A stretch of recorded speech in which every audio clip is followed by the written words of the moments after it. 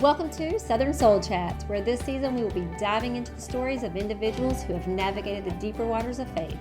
I'm your host, Dr. Miranda Ferguson, and together we'll explore the journeys of people who've taken that courageous step forward in their faith. Get ready to be inspired as we uncover the incredible stories of unwavering belief and the remarkable impact it's had. If you're excited to join us on this faith-filled exploration, don't forget to hit that subscribe button so you never miss an episode. Let's step forward. Hey y'all, I'm so glad you're here today. I have a question. We're going to start with a question. Have you ever wondered how far God will go to transform a life? If so, this episode is for you. In today's episode, we're going to introduce you to Brian Kelley, a remarkable individual who served 2 decades behind bars for a tragic and life-altering mistake. Now, I'm going to give you a trigger warning that some of this information might be sensitive, or it might be something that you might want to just cautiously move through. But besides that, I think that you will see that we aim today to inspire hope and understanding and how God can move through even the most difficult circumstances. So without further ado, welcome, Mr. Kelley. We are so glad to have you. Thank you, Miranda. It's a pleasure to be here. Oh, I'm really excited. So I always like to let people know how I know our guest. Brian and I attend church together. He's been there pretty much the whole time I think we've been there, but until a year ago, I didn't really know you. I didn't really know you personally, but I started serving in the, I went blank.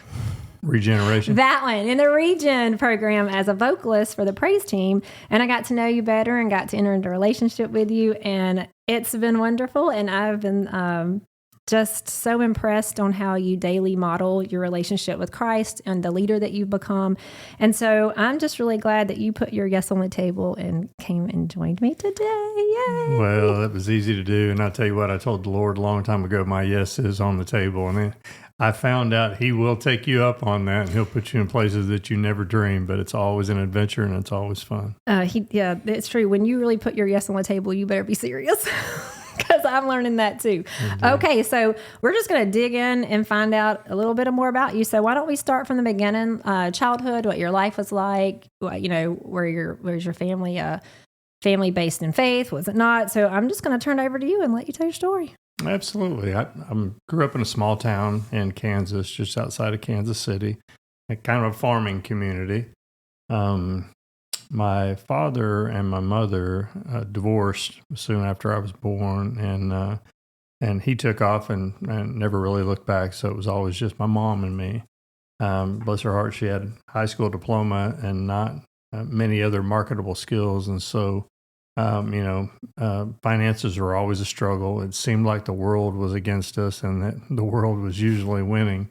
So we moved around a lot, and there was no other kids in my family that was about my age, and so it always seemed like I was dealing with adults. It always seemed like I was alone. Mom was at work or doing some stuff, and so I spent a lot of time at home alone, and so I knew loneliness, but I also knew industriousness, and I had to learn how to cook for myself and fend for myself and do some things. And so, there's blessings and difficulties that comes with that. But I would just say, life growing up for me was difficult, but not without love, not without joy and things like that. So, I've got nothing to complain about. Right. It just wasn't that easy. Yeah, it wasn't just like all the extras that everybody seems to have these days. All the extras. So you have that in your home. You're with your mom. You have what you need. Your basic needs are met. That's what it seems like. But just like all single parents, I've been a single mom. It's a struggle. It's tough to make the ends meet and then make the time meet and struggle and juggle it all. Now, did you say yes or no to siblings? Did you have siblings? No siblings. So only child. Only child. Okay. Just me and my mom. Just you and your mom. Okay, so you grow up. Any church at all? Any faith-based at all? There was a couple of times when family members would go to church. There was a time when I was about 6th grade that my cousins started going to a Pentecostal church, and And I went with them a few times, and that was all the way live. And so, it was very entertaining and high energy. And so I went and did that for a while. I was actually baptized when I was 12 with them. But as I was going out into the lake to get baptized, I told the pastor then, I said, I better not catch a cold from this. And so it kind of tells you where my Right. mind was at, Yeah. right? I was doing what Right. everybody else was doing. I Right. thought what I was supposed to do.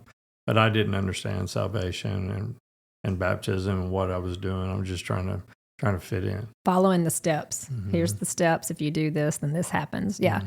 So even at 12, I think even when kids get baptized now, it's so important. And I see our church do this, really sit down with them and make sure they understand. Mhm. They ask them the process, and they ask them key questions, and they'll come back and tell you like, oh, I don't know that he's quite ready. Like, let's do a little more, let's spend a little more time. And I love that, because a lot of times you see it, I saw it growing up around church camp time. Everybody went and had a really good time. A lot of kids are going down, and then you feel like, well, maybe I should too. And to be honest with you, I can't tell you how many times I rededicated my life at church camp. Mm-hmm. I've probably rededicated my life more than my fingers and toes. And I look back as an adult and I go, did I really even understand what rededicate means? Or was it just everybody was doing it? And the sermon was, if you're not doing the right thing, you need to rededicate. Well, I'm pretty sure I'm not, so let's go do it. So so I can completely relate, and I have a feeling our listeners can too. So you're a child, things are tough. What happens next in life? So, I was a little fat kid growing up. I was object of ridicule from the kids around me, and I was lonely, not a lot of self-worth. And so when I hit junior high, golly, I shot up about a foot overnight, it seemed like. And because I'd been carrying all that weight, I was one of the strongest kids in school. And so like overnight, I became the best athlete. And with that came love and applause and, recognition and popularity. And I started dating a cheerleader, and I was leading the football team and things. And it's just incredible. And during that social awakening, I discovered alcohol. Me and my friends would raid liquor cabinets of our parents, or we'd have older kids buy us some beer or whatever. And so I tied those two things together, alcohol and the fun, the frivolity and everything that I was enjoying. They just seemed to go together. It was a package deal. And so ever since I was about 12, 13, alcohol has been a big part of my life. Yeah, so it's funny because you say you had this day and night. It's almost like the swan moment, the ugly duckling goes to a swan moment. And there's a lot that comes with that. You get all the recognition and the love and the praise, and you're the football person and you're the biggest guy out there. But a lot of times kids, even adults, don't know what to do with that. Oh, I didn't know it all. And, I feasted on it and I loved it. And that became a driving force in my life. And since alcohol was so tied to it, I felt bulletproof when I was drinking, I just turned to that. If a little bit of alcohol could do that, then more has got to be better. Yeah, more is going to really take you over the top. So I'm guessing that this bleeds into your high school years, and that cycle continues. Fortunately, I was a good student most of the time. That would fall apart towards the end, but I learned early on that I could get love and attention by doing good things or bad things, and so I could do good at school. I get a lot of praise, and so I benefited from doing that. And the same thing with sports. If I shine in sports, I could get love and attention. So I did those things well. But there was a transfer that happened, late high school years, to where I was just relying on drugs and alcohol, partying. I felt like I could party better than anybody, right? And I was leading all of my friends down all the wrong paths to party. As a matter of fact, I was fairly small high school, and I orchestrated a 17 keg party for my senior party. And I think we had 50 people come to a 17 keg party. It's like, everybody had about a third of a keg to drink. So it was crazy. 50 high schoolers with 17 kegs. There's no words. That's a party. That's a big party. So let me ask you this. At what point did drugs enter? And was that just kind of the same social where it was social drinking, and social drinking leads to people who are also socially doing drugs. And so now it just becomes all encompassed together? Or was it the crowd you were hanging? So kind of walk us through there. Sure. So I started drinking of my own volition when I was about 12, raiding liquor cabinets and things. And then because that experiment went so well, I'm like, well, whatever else is out there has got to be good too. And so, like at 13, started smoking weed, and at 14, trying speed, and 15, cocaine, 16, I don't know, acid mushrooms. And so whatever came along, I had a blast doing all of it. And we would act silly and crack up. And so I'm like, why are adults telling us this is so bad? This is awesome. This stuff is great. So it's not great, kids. If you're listening, it's not great. No, it's not. And Side note. It would take me down paths I didn't want to go to. But at the beginning, it's super attractive. And I loved it. And I was just all I wanted. I was in love with a monster called more. So I was going to say, was it that this one was okay, so the next one had to be better? Well, this one was okay, but the next one had to be better, and you just kind of bettered up your game every time until you hit the pinnacle of games. Yep. So I tell you, I'm amazed that you were able to still keep your grades good. And so was there a stopping point? Like you knew when to stop? Like you had the fun on the weekends and you knew when to stop and be able to be focused and you would pick it back up? Or did you just learn to maintain and keep it all balanced? It was a slow progression to where it started getting out of sorts. My senior year, I was still excelling in track and things, and I actually got a scholarship to a Division II school, throwing the discus and shot put and javelin. And I went to school, to college, but I was totally focused on partying. So I didn't go to class. I didn't go to track practice. And apparently, those are some requirements. And so I didn't last very long. I only lasted one semester. And that's when the consequences started really coming crashing down on me. And as they did that, I would reach out to drugs and alcohol like a life jacket. And it just, that's when the spiral started. And the more I would lean on that, the more we'd spiral down. I ended up in Texas. I moved down here in the late 80s and was working construction for a time, but living to party to live.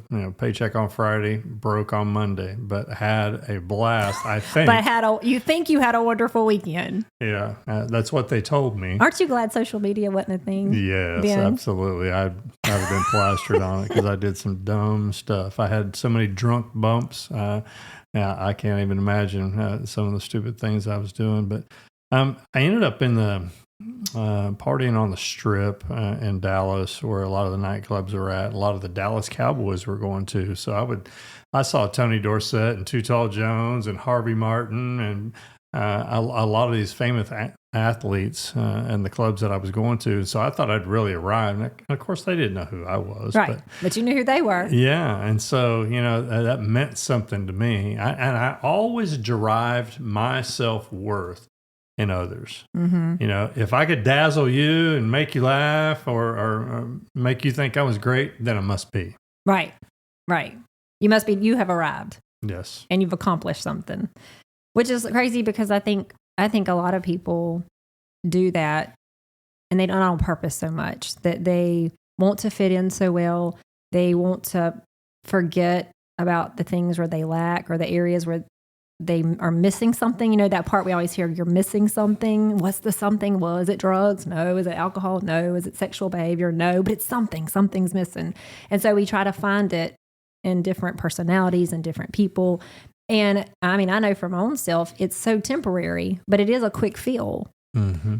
Like you said, you're there with these famous people and you think, well, I'm here and so are they. So I must be doing something right, because we're hanging out in the same places. And then you leave and, well, I saw so-and-so and so-and-so. We were hanging out. We were in the same room, but, to anybody else as we were hanging out. And so I think we see that a lot of times in college age and 20s and even in the 30s with some people, that they're just striving so badly to plug the hole. that's missing. And it's amazing how the enemy will offer up the imitation. Like all those relationships, they were imitation. They weren't real. They were superficial. They were just proximity. They weren't real relationships. Right. But I would offer them up as such. And so it's like the enemy gives you the imitation that you can hold on to when really what you want is the real thing. Yeah. And I didn't have any of that. Yeah. But at the time, it seemed really real. It seemed like it was just right there. It was all I had. Yeah. But then it would fade and you'd have to go find the next plug, and then the plug would fade and on and on. So you're living it up. You're in construction. You're partying. You're just waiting on the weekend so you can have a great time, you think. You're pretty sure that's what happened. So where do things change? Where does it go from work, party, work, party, work, party? So this is not what I expected. You know, I had a relationship in Dallas. I was dating a gal that was a sorority girl at SMU. Great gal, and it went great for a while until I think she saw that there was a Hollywood front that I was putting on. And as she started to see behind it, it deteriorated. And I was really in an emotional wreck. And so when that happened, I typically leaned on drugs and alcohol. That's what I knew to lean on. And I was doing that, and I was distraught over a failed relationship. And about that time, a man introduced me to smoking cocaine, basically smoking crack. Right. And my life fell apart in the course of about 3 or 4 months to the point where I'd hawked just about everything I'd owned. I lost my job. I was about to lose my apartment. I was just driving a piece of junk car. All of my relationships, my friendships had deteriorated. My life was just falling apart. I had nothing. I was miserable. So you hit rock bottom. I hit rock bottom. So drugs and alcohol, the fun, the glory of it all, the partying, it had come to a screeching halt. Yeah, and then my ex-girlfriend called me one day, and she said, "Hey, can you give me some cocaine? I've got some friends coming to town." I said, "I don't have any money." She goes, "I've got the money if you'll get it for me." I go, "Okay." So I went and got her, I don't know, like $500 worth of coke. And on the way back, I thought, I deserve a finder's fee, so I did a little bit. But that woke up my monster, and so I sat in the car all night and did her whole stash. Oh, wow. And so by early morning, I'm ducking and dodging her calls, and I did that for a few days. And finally, she got a hold of me. I said, "Matt, just don't panic. I just haven't been able to connect with the guy." I'm totally lying. Right. And because you've connected all right. Oh, yeah. Yeah, it's just full gone. blown connected. And so I called him up and told him to meet me and bring an ounce this time. And I didn't have a dime in my pocket. Right. And so I took a knife, and I was going to use that as leverage to get what I wanted and just deal with the repercussions of that later. And when I pulled the knife out on the guy that I was getting that from, who was a friend of mine, I expected, because of our friendship, because the way we knew each other, that he'd be disappointed and shocked and whatever, and would have to deal with it later. But he immediately went into fight or flight mode. And, I understand that now. It surprised me then. And so just out of nowhere, boom, we're in this big melee, and I stabbed him a few times, and he bled to death. And so I took my friend's life over an ounce of cocaine. Yeah. Yeah, that's a lot. It is a lot. So here you are in the moment, not intending to be in that moment. It wasn't, you were just hoping to get yourself out of a bind. But the bind flipped around. It did. It created a sinkhole in my heart. And then I just, immediately afterwards, I just despised who I was. And I don't know, within minutes, I think, the idea of committing suicide came to mind and really started formulating into a plan. I was basically living on the run, trying to figure out, man, how do I check out of this life and into the next? I was miserable. So I put a plan together. I moved back home for a little bit, and it was going to kind of be a farewell party. I wanted to go see my friends, my family one last time, and then I would just quietly go fade away, and they'd never see me again. Right. And fortunately, the criminal justice system reached out and got me, arrested me on a fugitive warrant, brought me back to Texas, and in a few short months, I would end up going to trial and given a life sentence for murder. So I wrote down a few scriptures that came to mind, and it's funny in this moment. Proverbs 14:12 says, "There's a way that appears to be right, but in the end, it leads to death." And I mean, that's the story. Mm-hmm. There's a way. The devil's so crafty at putting this picture together that it all looks right. Who's it going to hurt? It's no harm. It's all partying. It's all fun. Don't you love it? Mm-hmm. Until you're standing in the moment that leads to death. And of course, we're not. I'm not referring to death of what happened, but the death of life as you know it. Yeah. You're now all of a sudden going from a guy who was going to help a friend out and go buy something to, I need to go say goodbye to my people, and either I'm going to fade out or I'm going to do something that takes my own life. But I can't do this anymore because A, what I've done, and B, they're looking for me, and they're probably going to find me if I don't skedaddle. So I just think that's such an important.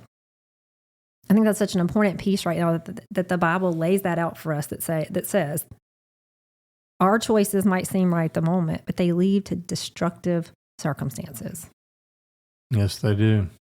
I remember I was standing in the courtroom and the judge looked at me over his glasses, and everybody else in the courtroom was looking at me with condemnation. And the judge said, "Mr. Kelley, a jury of your peers has found you guilty of the crime of murder and sentenced you to life in the state penitentiary. Do you have anything to say for yourself?" And Miranda, I stood there, my legs were trembling, and I was trying to grasp at something I could say. And I realized that even then, if I blurted out, "Man, I'm sorry," it would be viewed as crocodile tears. And I couldn't even come up with an explanation how I'd got to that point. It was baffling even to me. And so as I stood there in that courtroom condemned, I realized I had nothing to say. I had no response. I had no defense. I had no reason. I had no voice.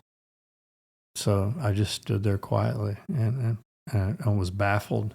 And they remanded me to the Texas prison system. I was sent to a unit in East Texas, one of the largest ones in the states, almost 4,000 men.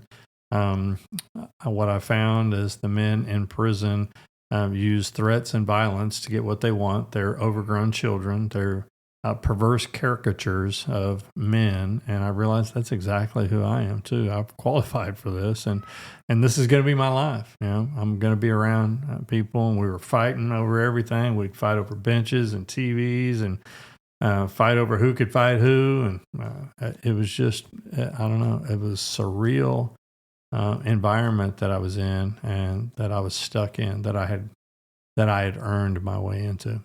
So as you lived in that environment, what was the daily motivation for? Was it get up, survive, or was it get up and just try to figure it out? Like, what the first few years, what was that transition like? It was miserable. It was exactly what you're talking about. Just get up and try to survive. I get up, and I had to learn the lay of the land, the language, the things that were going on, and it was, it's so foreign to me. I'd spent a night or two in jail from fights or unpaid traffic tickets, but I'd never been to prison. And the vocabulary is different. The jargon, the way people think is just amazing. I'll give you an example. When I first went down, there was a guy in the county jail, and I asked him, "What's it going to be like for me when I go down?" He said, "Well, look, when you get to your unit of assignment, they're going to give you a mattress, a pillow. You'll have your stuff. They're going to put you on a cell block. They're going to open up the door to that cell and tell you to go put your stuff up." He said, "A lot of people go put their stuff up and they stay in there. Don't do that. Put your stuff up, lock the door, and come back out and go to the day room. And when you go to the day room, go to the back of the day room, put your back against the wall, and the first people that come up to talk to you, may just light into them. Fight like your life is hanging in the balance." He said, "Because it really is." He said, "Brian, everybody there is going to be watching to see if you'll fight for yourself. Make no mistake, they want to know where you're at in the pecking order, and if you'll fight for your stuff." And he said, "So if you'll fight that day, you'll earn everybody's respect. If you don't, your life sentence is going to be miserable. So you pretty much had to go in and just prove who you were and what you would and wouldn't tolerate. Right. Did you do that? Yeah. How'd that go? So I went and I put my stuff up. I got down, did a few push-ups, got amped up. And did you think the push-ups were going to I don't know. I had so much adrenaline pumping. I had to do something. So I go down, I go to the back of the day room, get my back against the wall, and I start pacing back and forth and there's about 75 guys in the day room. And I'm looking at all of them. All right, which one's it going to be? Who's it going to be? Who's it going to be? Sizing them up. Yeah. Like, who's looking at me? Who's coming? What's going on? And then, I don't know, 5-10 minutes goes by and everybody's ignoring me.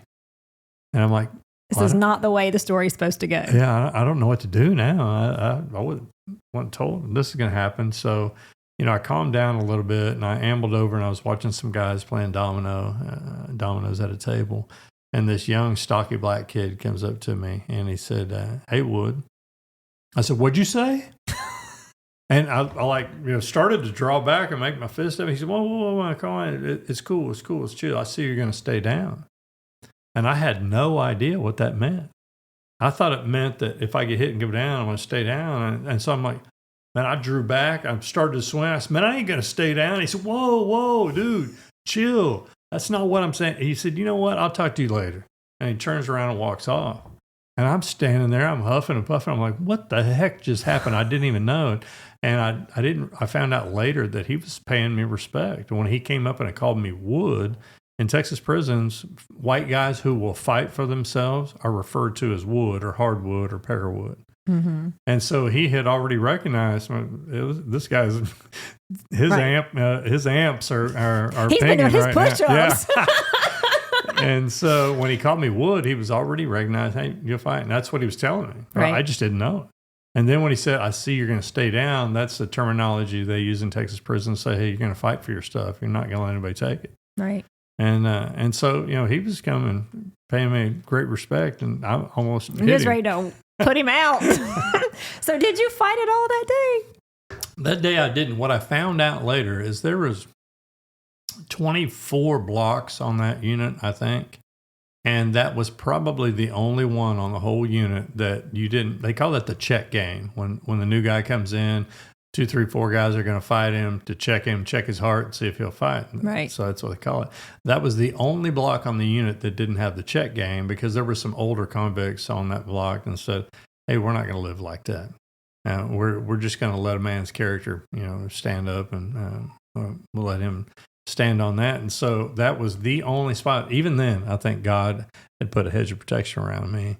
And my prison experience, while bizarre in many cases, was just not nearly as bad as it could have been. Right. What you expected, even from day one, didn't quite pan out that way for you. Now, I had several fights. Well, just on the first, the first day. Yeah, I'm not talking about the whole time. I'm giving you credit for the first day. Thank you.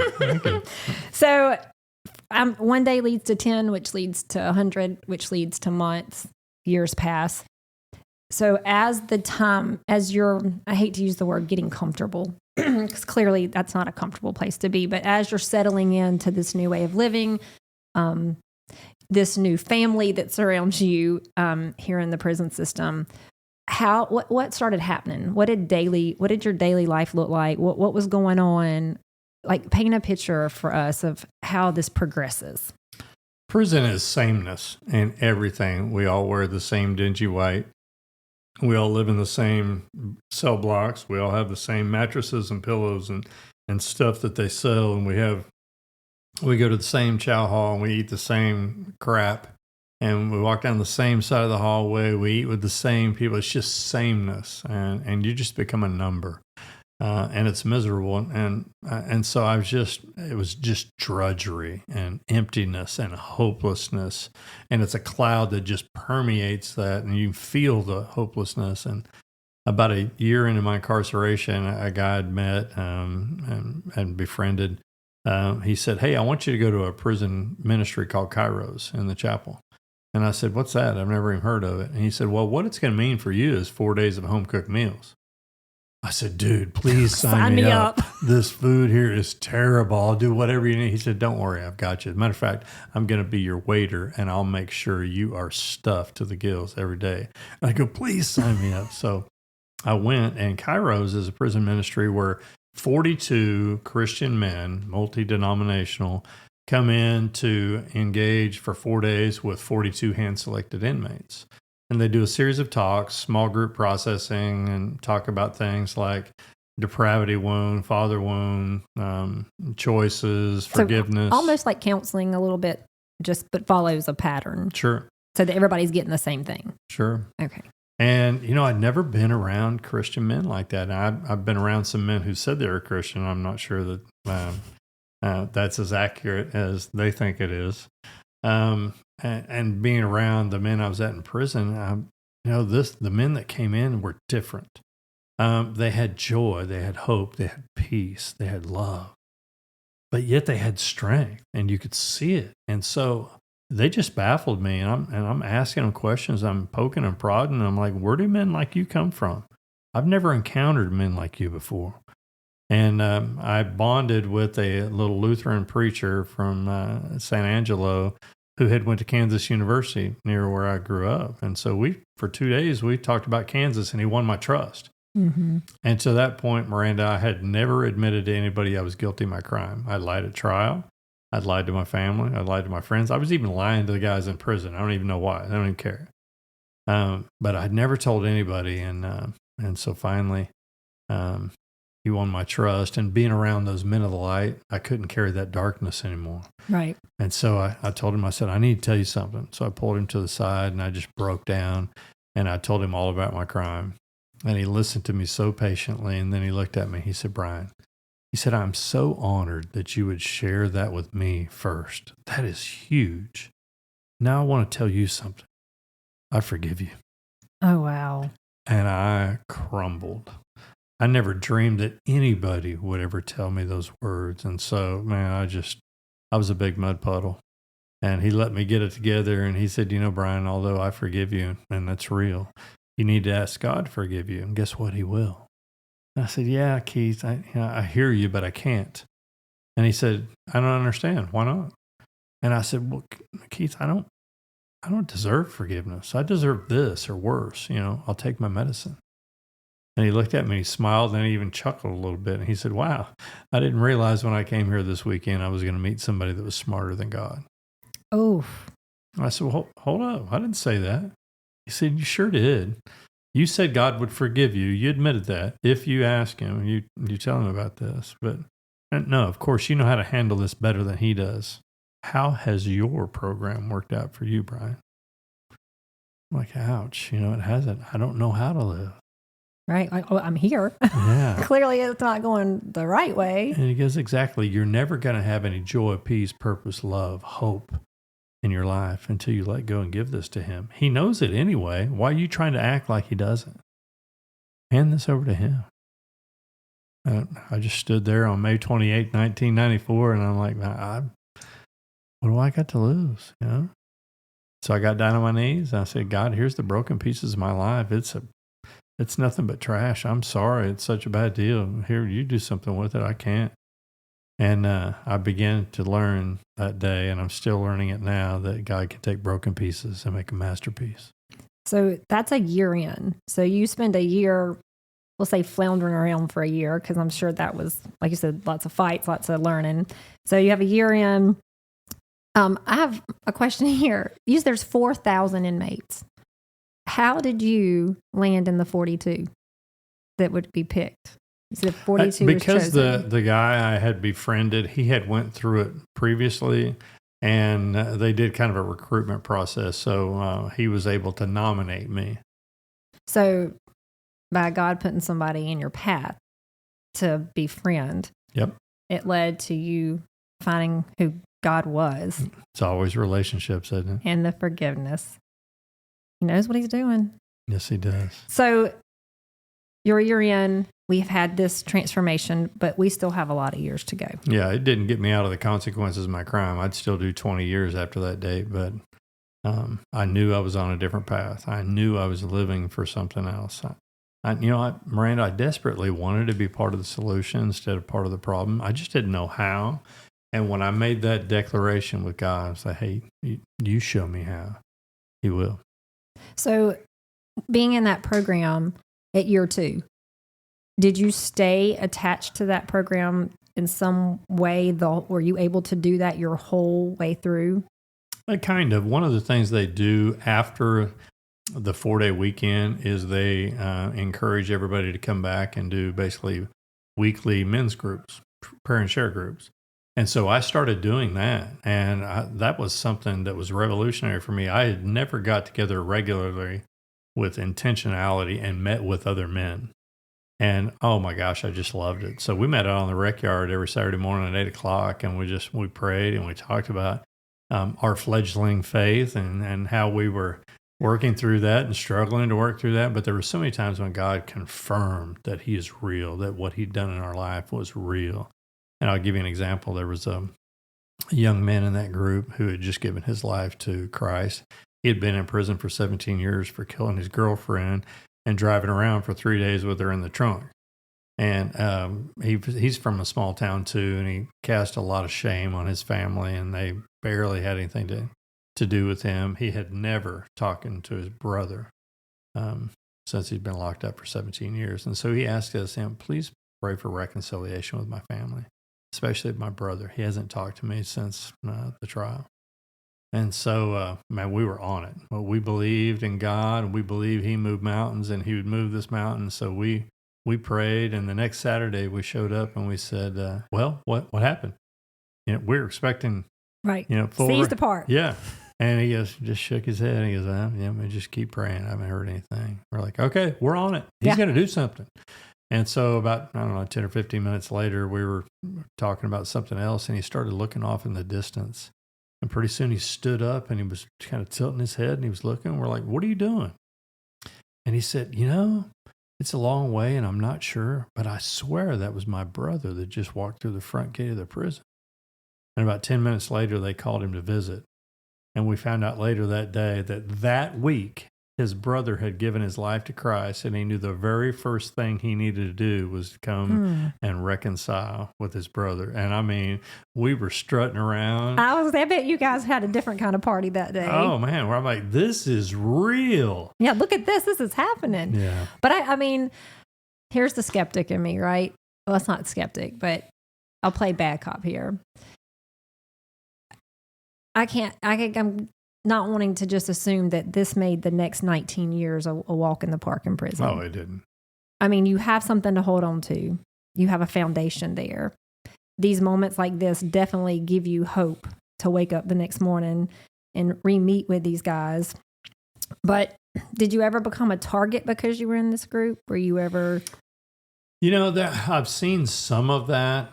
It never was for me. I got so deeply involved and engaged with the guys around me that there was always a core group of us that we were earnest, we were authentic, we were seeking God, we recognized that we didn't know anything and we were trying to learn. So I think even whether it's an inmate or somebody on the street corner or somebody from the pulpit, real recognizes real.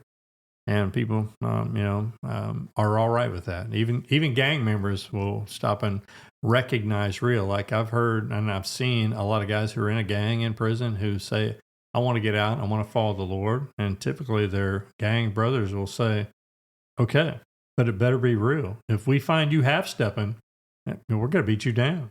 Yeah. So they want authentic. Yeah. Whether it's good or bad. Yeah. You just be true to who you are. Correct. So time progresses. We're at 10 years, 15 years. Still, like you said, every day's the same day. It's not Monday, Tuesday, Wednesday. It's, well, here we go again. But you have this foundation. You have this core group of guys that you can go to, hang out with, partner up with. Brothers. Really, that's brothers in Christ that you're arming up with. Are you guys having, outside of your time with quiet times or devotionals or Bible studies, are you still being taught more the word from this group that comes in? Do they come in and still do 4-day weekends? Did they still pour into you and just keep giving you more and more and more so that you can just hold on a little tighter still? After my conversion, I dove into everything. I tried to absorb education, spirituality, things that I'd never cared about before. I went back to school. I earned a degree in psychology. I wanted to learn about myself. So that's the degree plan I chose. I got a bachelor's in psychology. I went to recovery, got super involved with AA and NA. I started reading my Bible and I started going to the chapel. Now, the unfortunate thing about prison chapels is you get every wind of doctrine.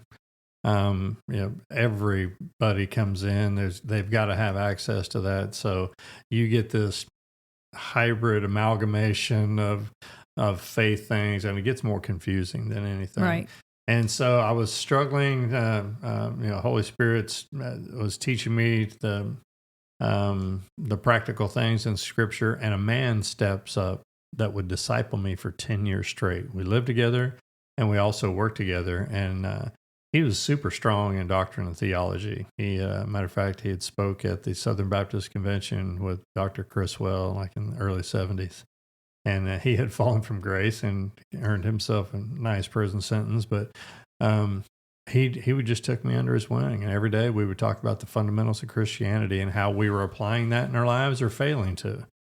So he taught me how to go through the Bible. He taught me to listen to radio preachers like Chuck Swindoll, David Jeremiah, J. Vernon McGee, Tony Evans, Stephen Davey. And so I was listening to them. I was asking him questions.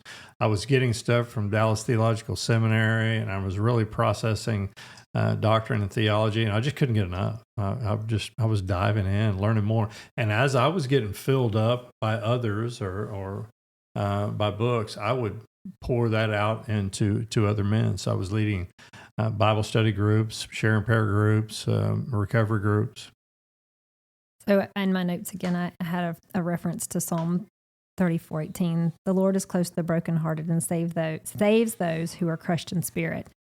So I picture your first year in so crushed. I would think the reason why you really probably hadn't confessed it to anybody, and even trial, that makes sense because you're trying not to go to prison, but your family was probably because you had not really dealt with it in yourself and really said even to yourself, yeah, I've done this and I've dealt with it. Because I can imagine that you were probably very confused and very out of sorts from how did this happen? How did I get here? A loss of self. But what I see on your 2 is that God says, I see you. I see you. I see where you're at, but I want to draw near to you, and I want to help you do this because I have a plan for your life. I still have a plan for your life. And there wasn't enough drugs, there wasn't enough alcohol that you could do to mess it up.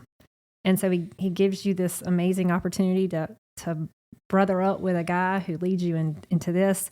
And whereas I know the next 20 years were not a walk in the park, look at how you dove into all these things.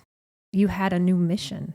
You had a whole new thought pattern on what life could be like, even though you were behind bars and kept from the general society. You had a new faith. You had a new belief system, and He sustained you through that. He did. He empowered me to have my own mission, my own ministry on the inside. At that time, I didn't know if I would ever get out of prison. And so I desperately wanted my life to be worth something here and worth something for the kingdom. And so even if I never got out of prison, if I dove in and helped others not to make the mistakes that I did, I felt like that was going to be good enough. And right. So, man, that's what I dove into. And I was teaching people to read. I was a college tutor. I was teaching different things on the unit. I was super involved in recovery and sponsoring guys. And, there are so many blessings, so many relationships that I still have this day that started from just working together, discipling somebody in prison day in and day out. We always talk about in prison when I get out to the free or out to the free world, like this isn't really part of the world. This right. is a microcosm that's different, that's on Mars right. or something, but it's not. It's It is a subset, but it is just a part of the world. But part it's of a very real society. reality. Mhm. I mean, there are people as we speak right now over this whole nation that are sitting, serving for consequences, the choices they made. Mhm. And so, yeah, it might feel like, I could see where it would feel like, yeah, this is not really the real world, but the real world's still happening around you. So you get a life sentence, but I don't know if you know this, you're not there. I'm aware of that. I just wonder if you know that you're not there. So how do we go from a life sentence, and you knew that, you went in knowing that, so you're sitting here? So, in a weird quirk of sentencing, in Texas at that time, a life sentence was calculated at 60 years. And if you have time built up, you're eligible for parole at that time when you've got a quarter of your sentence done. And I could even use some of my good time and work time to build that. So I actually became parole eligible after just 6 years on a life sentence. Now, I started a series of denials that we call set-offs in Texas, and I was actually set off 12 different times. I came up for parole 12 times and was denied parole, and every single time I was told, you're doing everything just right, keep it up, denied. Mm-hmm. As soon as I cleared the 20-year mark, I was at a prison unit in Hondo, just west of San Antonio, and I got to meet with a parole commissioner, a voting member. And the conversation changed since I'd cleared 20 years. And he was telling me what parole was going to be like for me when I got out. And I'm sitting there thinking to myself, oh my God, this guy's telling me I'm my parole. Oh my God. And so after his little spill, he goes, do you have any questions? And I said, yes, sir. I've got one. And he said, what is it? And he probably thought I was going to say, are you going to vote for me? Yeah. And, Did I get your vote today? And I looked at him. I said, will you give me parole next year? And he looked at me. He said, I don't think I understand. Are you asking me to stay in prison for another year? I said, well, yes, sir. And he said, why? Why would you ask me to do that? And I said, well, I really want to go through the prison entrepreneurship program and develop a business plan that I've got and work with their volunteers and kind of hone my ideas. But the only way I can do it is if you give me a hard release date for next year. Otherwise, I can't be housed on that unit. It's a pre-release. And Miranda, he stared at me, I bet 60 seconds without blinking. You think he was shocked? I don't know if he was trying to read me. I don't know if he's trying to process. I don't know. But finally, he just looked at me and goes, let me look into that. And a lot of times in prison, when an official tells you that, they've blown you off. And Right. I'm like, well, so what? I've made parole. Big deal. Yeah. But the next day I called my mom and she goes, oh my God, you've made parole. But it's not until the middle of next year and nobody knows why. I'm calling all over to find out why. And I said, well, quit calling. That's what I asked for. And she goes, oh. And so basically I bargained for an extra year in prison after doing 20 to go through the program that for the last 5 years I've been the CEO of. So now you said you had a business plan. So did you formulate your own company or did you just come out and join in with another plan? So like this, you go through the program you wanted to be in for the year. When it was time to go, was that your own business idea, your own plan, or what was that? How did that work? The business plan that I built when I was on the inside was a nonprofit called Leaders and Ladders, and it's to help at-risk youth develop life skills and job skills that would benefit them and welcome them into a productive role in society. I would do that with retired craftspersons and business people, and it's very similar to what I did at PEP, but geared towards at-risk youth that we might otherwise lose, and they would have to go through PEP. Right. So I was trying to get them closer at the start of the road than at the end. Than when they're already in the system. Yeah. So you get out, that moment, is it surreal? Is it hard? Is going back in the real world what you thought? Like, what does that look and feel like? It was surreal. You get shipped to the Huntsville unit to be released at that point, and I had a cellie for one night that came from another unit. And of course, we're both really excited. We know we're getting out the next day. And so we're up all night drinking coffee and telling stories. And I basically told him my testimony. And about 3:00 in the morning, and he said, "Brian, can I ask you a question?" I said, "Sure." And he thought for a long time. And he looked at me and he said, "Do you think you had to kill that guy to become the man you are today?" Mm. And I went, "Wow, that's a great question."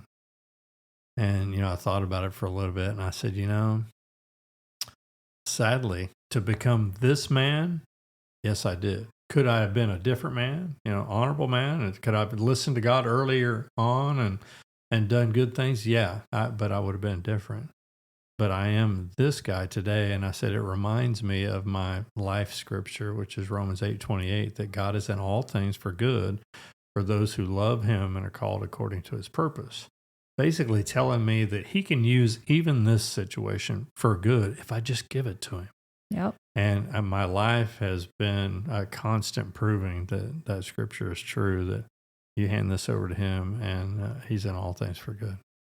So you work with, what company, what's the name of your company you work with now? Prison Entrepreneurship Program. And so did you go straight into that? I went to their transitional house in Dallas when I got out. The plan had always been for me to go to my mom's. She was in San Antonio, but I told her at our graduation that I was going to go to the PEP halfway house in Dallas, and her bottom lip started quivering. She said, "Why?" And I said, "Mom, I'm 48. It's time for me to stand on my own 2 feet. You've been amazing, and nobody can replace a mother's love, but it's time for me to stand on these feet. And then when I get established, I come back as a benefactor and not a burden." And so she said, "Okay." So now you work with kids before they get into the system, but you also go in the prisons as well and do prison ministry still. Do you do it with the company you're with now, or is that with this group that actually transformed and changed your life? I do it with them. I do it with both of them. I can't really get enough. Everybody. Yeah, I'll do it. I've done it with several people. And so, I don't know. I feel like, especially now that the fact that I've been out for 9 years, I'm a homeowner, I've been a CEO of a company, I'm an elder at a church, I've been invited to the White House twice, I get called all over the country to go speak about prison reform and my own personal journey. And so I'm an example to the guys who are just like me to go back in and say, "Hey, you can turn this around. If you choose to. I am nothing special. Right. God's special, and he can do it." So let's do like one example from each. Let's talk about youth. Is there a story that comes to mind with one of the youth where you've seen just you being able to pour your story and your choices and turn around? I went to a halfway house for juvenile offenders up in Dallas some years ago, and I was going over to find out if our released graduates from PEP could be like big brothers to those kiddos, because they're so hard to get through to. Mm-hmm. And I went in by myself to just get the lay of the land. It was a very secure place, 2 locked doors you had to get through. And when I walked in, there was about 25 kids in this place. They were playing video games or watching basketball. And the minute you walk in the door, they turn around to look to see who's invading their space. And they looked at me, and you just saw this look of disgust on their face. And it was like they were going, "Oh, great, another old white dude from church. Here we go again." And I saw that look on their face, and I just didn't say anything, just acclimated and, fit in, talked about basketball. And so at dinner, the director asked me to give a brief testimony. And I said, "Yeah, I'd be happy to." And I said, "Hey, guys, I know what it's like to be you." And one of them actually shook his head and goes, "Whatever." And I said, "No, I just got out of prison." And then they all set up and they looked at me and they're like, "What?" I said, "Yeah, matter of fact, how many of you guys in here are 22 years old or older?" And they're like, "None of us. We're 15, 16, 17, 18. I go, "You know what? I did more time in prison than you've been alive." Oh my gosh. There's nothing you can tell me about prison I don't know. And then their eyes got bugged out, and I got mobbed. They were around me in concentric circles, asking me a ton of questions. And the number one question they asked me, and it blew me away, I wasn't prepared for it, was, "My dad's in prison. Do you know him?" Oh, And hoping to make a connection. Mm-hmm. Oh, man. So there was a young man there that I asked him, I said, how soon are you getting out of this place? And he said, 2 weeks. I go, oh, man, you're a short timer. And he laughed. And I said, what's the first thing you want to do? And he said, get laid. No. He said it in different words, but we'll just call it that. And I laughed. I said, well, I understand that. Believe me. But are you prepared to be a father? And he said, what are you talking about? I just said I want to get laid. And I said, well, we've all been talking about here that our dad's in prison or we don't know him, and we've had that big void in our life, and it's been negative impact. So are you ready to be that stand-up dad? He said, dude, I just said I want to get laid. And I said, well, one kind of follows the other. Yeah. And so I want you to stop and think about that. And he looked at me like, what are you talking about? So, but, I remember what it's like to be those young, hard-headed kids, who think you've got it all figured out. And then have somebody try to explain to you their journey, and it gets your attention, but it's just not enough sometimes. Sometimes not enough to get over the hump. Twice I took a van load of our graduates over to the halfway house for juvenile offenders, and we hung out for the afternoon. And it was absolutely magical because our men are credible messengers. They've went down the ugly road and they've come back, and the kids listen to them. And so both times when we left, and I was driving the van away from that place, I looked back in the rearview mirror and men were crying because it was so special. And they saw that even their wrecked, ugly life was able to be used for good. Yeah. Your story is amazing. And what I really love about it is how you've taken your past experiences and turned them into a source of strength and motivation to help youth and those behind bars. And guess what? Even people in the normal real world, because I see you at church and I see you out and about, and you just pour into people. It's not, there's not like a label like, oh, well, I can just relate to this or I can relate to that. You pour into everybody, which I told you when you got here in our notes, I said, there's a part in here that's for me. So don't look at it and wonder, what is she talking about? So I wanted to share what happened at our church the Sunday that you became an elder, as you mentioned. So I didn't know we were having Elder Sunday. So I'm just in church holding down the seat that I always hold down. It wasn't a Sunday for me to be on stage. So I was in my seat, and they come up and they explain that there's an elder leaving and that you are the new elder. And that moment just overcame me. And I sat there and I was just like, this has to be the most amazing thing I've ever seen in church. Because unfortunately, I've been raised in Baptist church. I went to Pentecostal church for a little while. I'm like kind of a Pentecostal Baptist. I don't know, something in the middle. And but you rarely see the church embrace people that aren't like everybody else. It's just not been my experience. And what's cool about the church we go to is that it's the second time I've seen that. This summer, before I spoke at the women's group, a week before, I was struggling with what I was going to share exactly about my testimony. And, because honestly, church is not the first place you always hear the whole story. I'm just going to be honest. Right. And the week before I was supposed to speak, our women's minister got up and she literally laid some things on the ground. Like, I'd never heard a woman in church be so bold and so blunt and so honest about the things they had done. It's always just kind of under the carpet, like, oh, I have a story, and everybody has a story, and it's just lightly touched on. But she lays it out. And in that moment, God goes, see, this is what people need. People need people to be authentic. People need to know what it really looks like for me to redeem. And so the next week I was able to go, and I just laid out who I was on the line. Like, I just said, here's the things, here it all is. And again, your story that day, I stood there and I was really emotional, and I'm looking at you because I knew your story, and I was just going, this right here is a day that I hope everybody in this church never forgets. That it doesn't matter what you did and who you were. When you were washed in Christ, you became new. Amen. You're new. And so that is a part of who you are. Absolutely. You can't go back and change that. You can't go and do all that. And becoming a Christian doesn't make it disappear. But you take it like you've done and turn it into a testimony and then give it to God. And now you're standing on the stage becoming a church elder. And I was going, yes, yes, this right here. This is right here. Because you know what? Church is a place for the sick.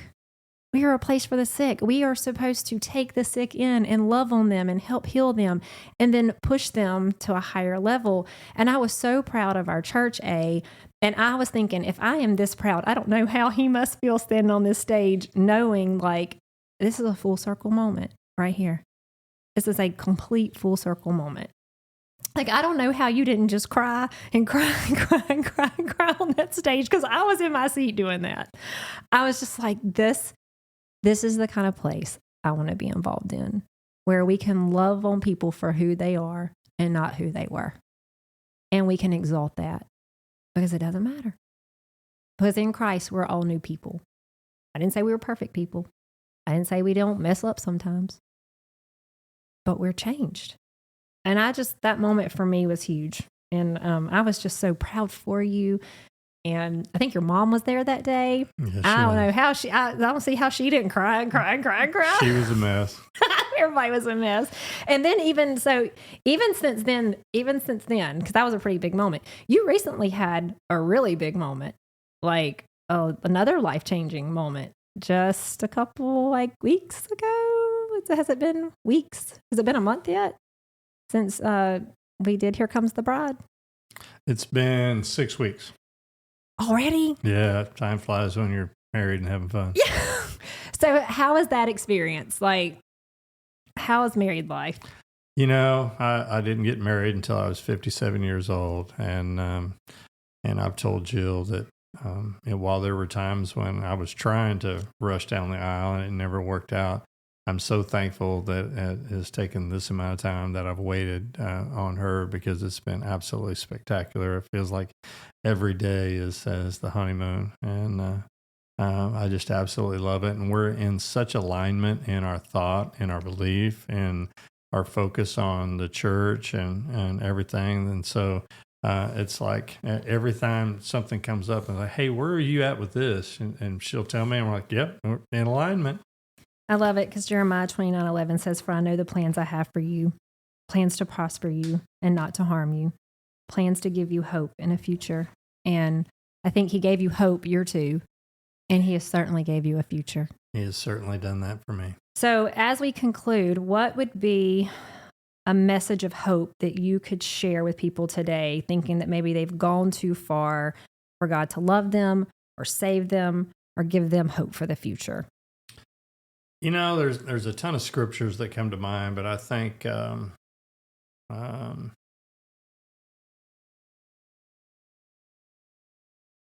Ephesians 2:10, I think it summarizes it for me. And I mentioned something earlier about my life was in broken pieces, and God turned it into a masterpiece. And Ephesians 2:10 says that we are God's workmanship, created in Christ Jesus unto good works.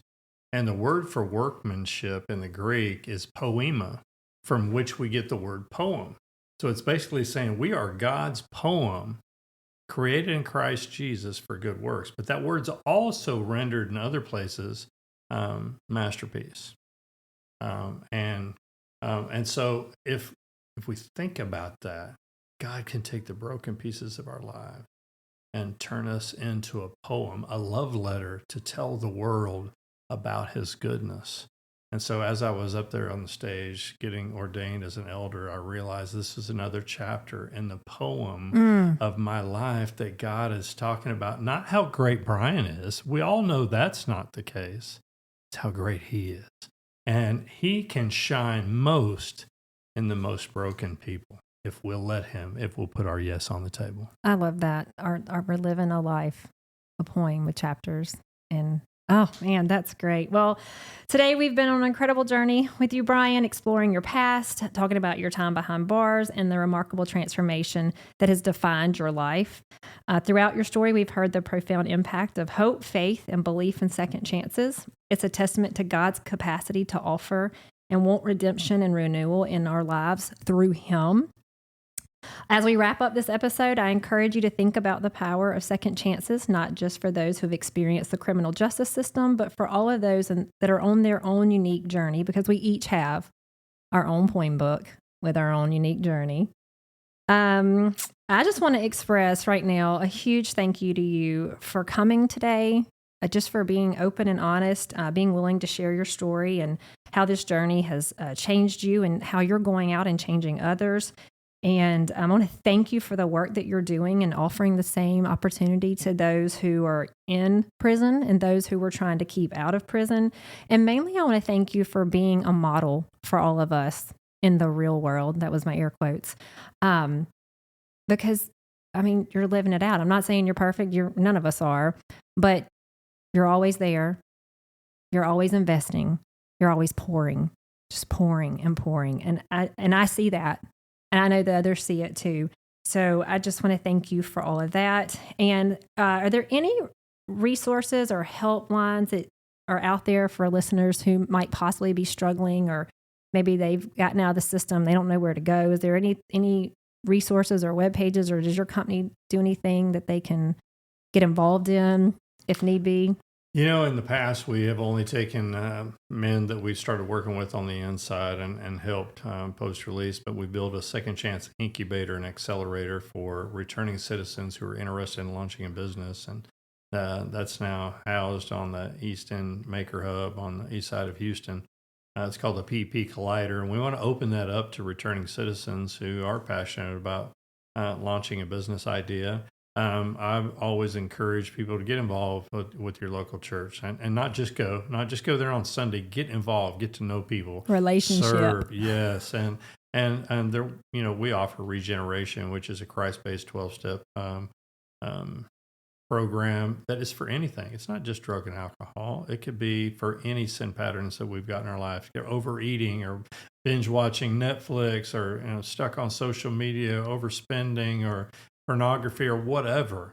And so, just peel the onion back and let God search your heart and reveal to you those things that are blocking you from the abundant life in Christ that He came to give us. Amen. So listeners, I want to invite you to share your thoughts and stories related to today's story of redemption and second chances.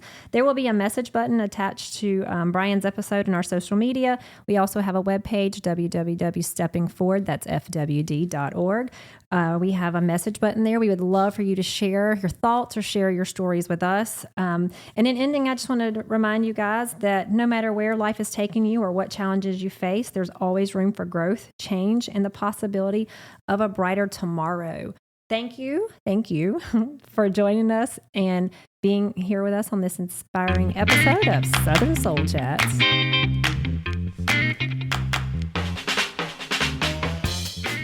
Thank you for joining us on today's episode of Southern Soul Chats. We hope you found inspiration, encouragement, and valuable insights to carry with you through your week. We invite you to subscribe to Southern Soul Chats so that you never miss an episode. We are a branch of Stepping Forward Ministries, a 501c3 Christian nonprofit, and we kindly ask for you to consider making a donation today. Your contribution will play a vital role in sustaining the podcast and allowing us to continue sharing these impactful stories of faith. As you leave today, remember your story is a part of a bigger narrative, and your faith has power to guide your path. Keep stepping forward with hope, trust, and assurance that you're never alone. This is Dr. Miranda Ferguson. We hope you have a great week and keep stepping forward.